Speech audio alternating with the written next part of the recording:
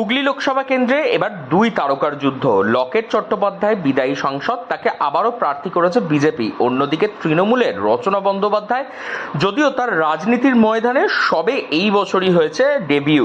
হুগলি কেন্দ্রের এই লড়াই তা কিন্তু বেশ কঠিন। প্রায় এক মাস ধরে প্রচার করছে সব রাজনৈতিক দল। 1 ইঞ্চিও জমি ছাড়তে নারাজ দুই রাজনৈতিক দলের কেউই। সে তো গেল ভোটের লড়াই, কিন্তু যারা একসঙ্গে দীর্ঘদিন সময় কাটিয়েছেন সেটে, সিনেমায়, সেই সমীকরণ, তাদের সেই সম্পর্ক তা এখন কেমন, কি ভাবছেন তারা একে অপরকে নিয়ে, এই প্রশ্ন রয়েছে দীর্ঘদিন ধরেই হুগলি লোকসভা কেন্দ্রের মানুষের মনে। এবার সেই প্রশ্নেরই খোলাসা করলেন দুই তারকা প্রার্থী, একদিকে লকেট, অন্যদিকে রচনা। লকেটের সঙ্গে অনেক ভালো স্মৃতি আছে এবং সেই স্মৃতিগুলোকেই আগলে ধরে রাখতে চান, এমনই বলেছেন রচনা বন্দ্যোপাধ্যায়। রাজনীতিতে ব্যক্তিগত সম্পর্কের আঁচ যেন না পড়ে, সম্পর্ক যেন ভালো থাকে, সেই কথাও জানিয়েছেন লকেট চট্টোপাধ্যায়। মানুষের জন্য কাজ অনেক বাস্তব এবং কঠিন, তা মনে করিয়ে দিলেন রাজনীতির সিনিয়র লকেট। অন্যদিকে নিজেদের ব্যক্তিগত সম্পর্ক, যা সিনেমার সেট এবং সেখানকার বন্ধুত্ব, সেই বন্ধুত্ব যেন রাতের পর রাত তা নিয়ে গল্প করবেন, এমনটাই জানিয়েছেন রচনা বন্দ্যোপাধ্যায়। কি বলছেন তারা একে অপরকে নিয়ে, শুনুন। এবং একসঙ্গে ভালো ভালো ছবি করেছি, হিট ছবি দিয়েছি দুজনে একসাথে আমরা, এবং প্রচুর স্মৃতি।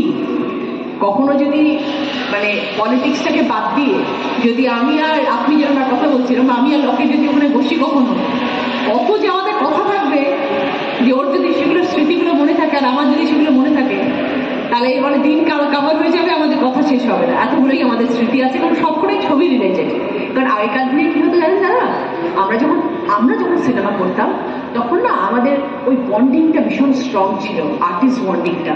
কারণ আমরা একসাথে আউটডোর করতাম, আমরা একসাথে ছবি, দিনের পর দিন ছবি হতো। এখন 10 দিনের ছবি হয়, তখন 45 দিন ধরে ছবি হতো।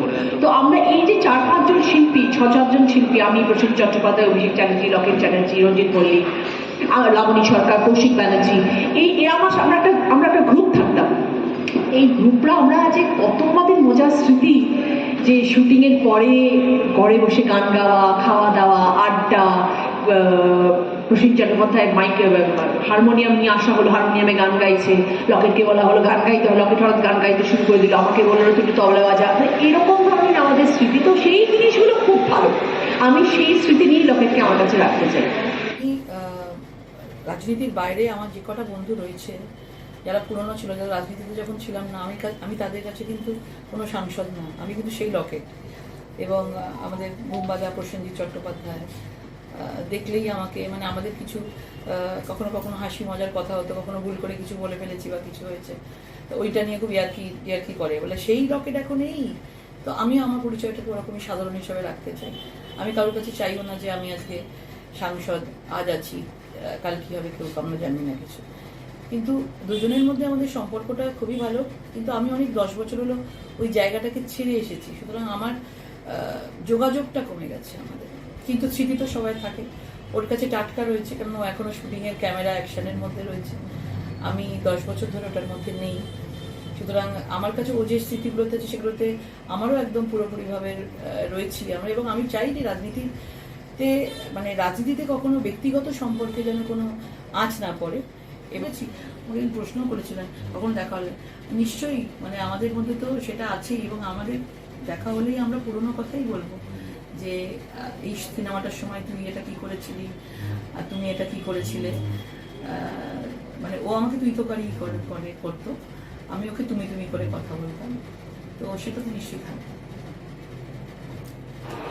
এক সময়ের বাংলা সিনেমার দুই অভিনেত্রী বর্তমান সময়ে দুই রাজনৈতিক দলের প্রতিপক্ষ। নিজেদের মধ্যে রাজনৈতিক সমীকরণ সেটি আলাদা হলেও ব্যক্তিগত সম্পর্কের সমীকরণ তা এখনও বন্ধুত্বেরই আছে বলে মনে করছে রাজনৈতিক মহল। হুগলি থেকে রাহি হালদার, লোকাল 18 বাংলা।